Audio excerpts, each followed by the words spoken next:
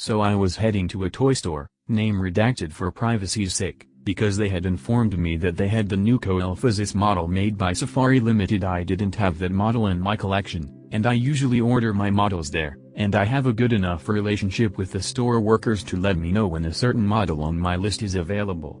Or sometimes I prepay them to have a certain item in stock and they have always provided. So I go into the store, wearing a red shirt because I felt like it, and normally the toy store workers wear red but they have tags on. So you know where this is going. So I enter the store and ask if they have the Coelphysis and they point me in the right direction, since in this case it wasn't one of the models I prepaid them for. So I see the Coelphysis among other models, it wasn't the only one, and I get my hands on it. When I take it off the shelf, a lady says to me, "Oh thank you, I can take it from here." I turn around and see this lady that looks like she is in her late 30s holding out her hands to me, expecting me to just plop the dinosaur in her hands. I was looking confused for a moment, and then she got frustrated and asked me if I was hard of hearing. I asked why she wanted me to hand over the model I wanted, and she asked what I meant. I was an employee. I suddenly got her assumption and told her that no, I don't work here, I was just a customer. She fumed and pointed out that I was wearing the same shade of red as the workers. I responded that red is not exclusive to this store, and if she would excuse me, I was going to purchase the Coelphysis. She then got intrusive and started asking why would an adult collect dinosaur models? I responded that people are allowed to have hobbies and tried to move on. Apparently not satisfied with my answer, she blocked me and freaking snatched the Coelphysis out of my hands and went to the counter. I was about to shrug my shoulders and grab the spares, not wanting to escalate until I realized that she had also taken the other Coelphysis models on the shelf. The other remaining models were of Brachiosaurus and Microraptor BTW. A little bit infuriated at this, but keeping my calm, I went to the counter and asked her to give it back and told the people at the counter that she had snatched the model out of my hands. They asked her if it was true and she actually told the truth, but only because I was being a bad employee, lying about wanting the model for myself and not providing good customer service. Now the counter workers, who had seen me enough times as a consistent buyer, pointed out to the lady that I wasn't a worker and she got huffy. She then said that she was the proper purchaser, because she was getting them for her kid, while an adult shouldn't be playing with toys, that maybe if I wasn't collecting them I would properly become an adult. So one of the counter workers called the store owner, who came to ask what was going on. After explaining, he had a frown on his face and went to check the security footage. After seeing that she had snatched it out of my hands and had escalated the situation, he ordered her to give me my Safari model or he would have her ousted from the store. Now the store owner is a big guy, so she withered under his gaze a bit and gave me my Safari. I calmly thanked her. I really didn't want to have to deal with her any further, and the store people, but I will admit, I did enjoy seeing her crumple at the sight of a very annoyed burly guy. And now I have a Coelphysis in my collection. Literally just happened. I was browsing this subreddit to kill time since I'm having new tires mounted on my car. The club store that I'm at doesn't have a waiting area currently. Their waiting area is an online orders storage, holding space. I found an empty aisle nearby and found something sturdy to lean against while I wait for my installation. An older woman was pushing her cart down the aisle while on the phone. I overhear her say it's impossible to get any help here. Volume of her voice goes up as she's passing. All the employees are too busy glued to their phones. I didn't think much of it since I'm clearly not an employee. The employees wear black shirts, and a blue vest complete with store logo. I have a gray Guinness beer t-shirt on. The lady had passed me and made it to the end of the aisle. I'm not sure if she was expecting me to pick up on her hint. She turned around and walked up to me, almost hitting me with her cart and tells me, "Would it be too much trouble for you to put your phone down and do your job? When you see a customer in need you're supposed to help them out. That's what you get paid for." No shouting, but she did raise her voice loud enough so you can hear her over all the other customers talking. I begin to tell her I'm sore. "Lady, sorry, you should be. I've been walking around trying to find disposable plates and platers and there's no one willing to help. Why is it so hard for you people to do your jobs?" I don't work here. I'm waiting for my car to be serviced, motioning to the tires and battery center signage. If you're looking for the plates, they're 2 or 3 aisle over." At that point she actually took the time to look at what I was wearing. With a face that looked it was holding back frustration or embarrassment, she said thank you and walked away. Let me start off with a few things. First, that I did in fact look like an employee. Second, although I am in my early 30s, I am often mistaken for someone just out of high school, college freshman. Third, even though this happened literally an hour before I am posting this, all quotes are to be understood as to the effect of and not exact wordings. Also, names have been changed to protect the guilty. My local hardware store is full of helpful hardware folks, which means there is not much of a uniform, but floor associates wear bright red vests and managers wear business casual with a name tag. I was wearing khakis, flats and a cute red microplaid button up top. I was on my way home from a blissfully short day at work, so I figured it would be a good day to get some tools to make some simple repairs, and some materials for a remodel that my partner and I have going on in our second floor bathroom. I was trying to get a couple of items from the top shelf, but only being a touch over 5 feet 4 inches, 1.65 meters, tall, I have a little bit of an issue, especially since they are the last 2 on the shelf. I managed to get the first one batted into my hand, but the second one is pushed back just enough that I can't exactly reach it. Enter Jethro. Jethro walks over, and with a "let me help you missy," grabs the box I am trying to reach and hands it to me. Thanks. I keep my praise short because I am not sure if he is just trying to be good guy and help me, or if he is of the train of thought that a woman does not belong in a hardware store, except to be a cashier, or arm candy for their husband. He wastes no time removing any doubt. I can't believe they would make you pull items and not let you have a step stool. "Oh, no sir, I don't work here," I start, only to be cut off by Jethro. "You have to work here, you're a woman, what else would you be doing in a hardware store?" Jethro says, "And why doesn't Jed work here anymore? That old boy was one of the best." Blah blah blah. I honest toned him out at this point.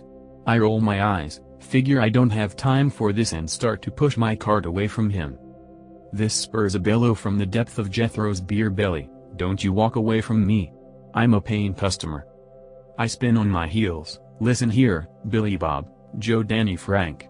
I understand your original confusion, unfortunate fashion choice on my part, but I already told you. I do not work here. Thank you for getting the blubs for me, but really, I do not work here. I am here because I am remodeling my bathroom." I yell back at him. His tone instantly changed, to this sickly sweet, implied bless your heart with every line as he said, "Redoing your bathroom? Well, I just happen to be a contractor and I can help you with all the permits," he says before giving me a long hard leer, like I was a gorgeous porterhouse steak, cooked to medium rare and ready to be devoured. "And I'm sure we can come to an agreement that will make it both worth our whiles." Instant mouth vomit, figuratively of course. But before I can say, or spew anything, enter the hero of our story. Ben. A few things about Ben. Ben is an imposing wall of muscle. Literally, was a bricklayer for years, before he retired and then agreed to help his friend, the owner of this store. Ben may look like he could rip the arms off of a Sasquatch, but he is a gentle giant. Ben pulls a move straight out of the Karen handbook, and clears his throat, getting both Jethro and myself to look over to Ben. "Jethro, you know darn well that Jed was fired because he shared your misinformed, misguided and misconceived notions on who should and should not be allowed in this store. This is the early 20s, but not the 1820s. I've had enough of your racist and misogynistic bullshit to last me a lifetime. Set your card down, and walk away. You are no longer welcome here," Ben said with a barely concealed rage. Jethro started with the "but well" and Ben cut him off with a curt and authoritative, "No, you leave now, or the police will come and make you leave."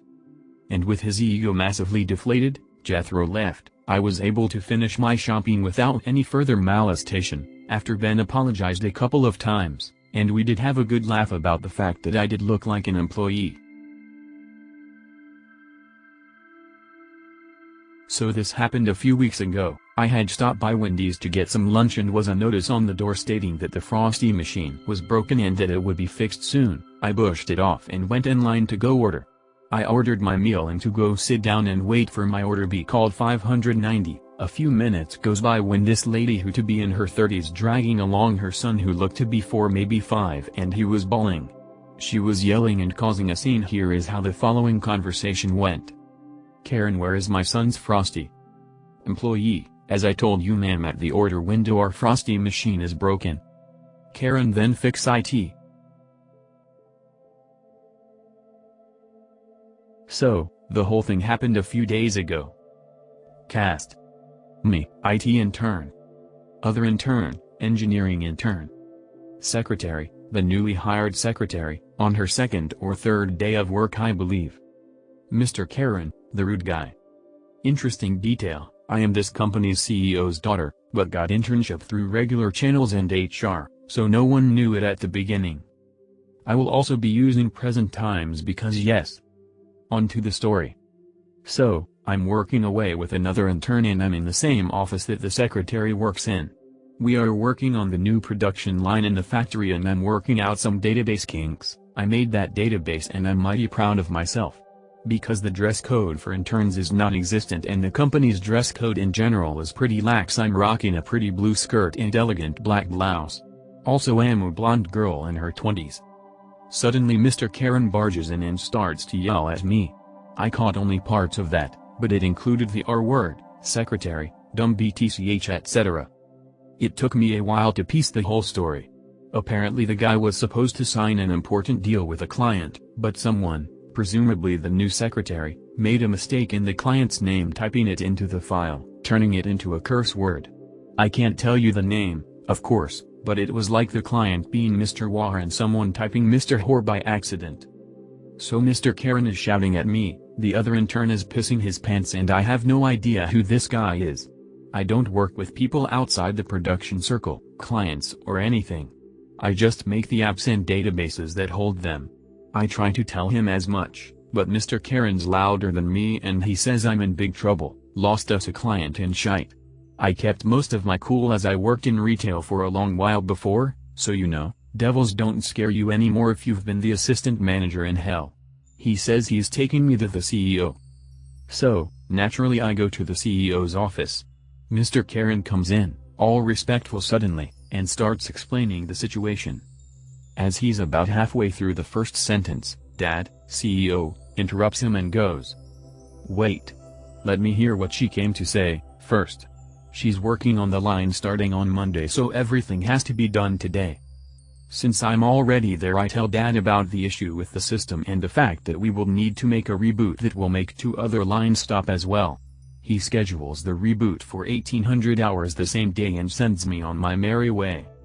Mr. Karen started to get the picture because he didn't stop me when I went out. I hid in the toilet to write this stuff down for my friends and reported this guy's awful behavior on the way home. It turned out Mr. Karen was supposed to fill those things himself, but he pushed it onto a secretary and she misspelled the name in the document. Mr. Karen got a warning. Secretary got told to not accept documents from Mr. Karen anymore. He is to fill every single document himself, even those that usually would be secretary's responsibility. And I presume he met the real secretary at some point. I met secretary on Friday while rebooting system for the new production line. Seems like a really cool person. She is also working the afternoons exclusively at this site, so you can't meet her before 17:30, unless you drive to the metalworking site. She also got a reprimand, tough, as she did misspell a client's name, resulting in a curse word on official papers. So, you know. I do work here, but not where Mr. Karen thought I do. P.S. I still have no idea what department or site Mr. Karen is at, but I hope his computer crashes so I can go and fix it.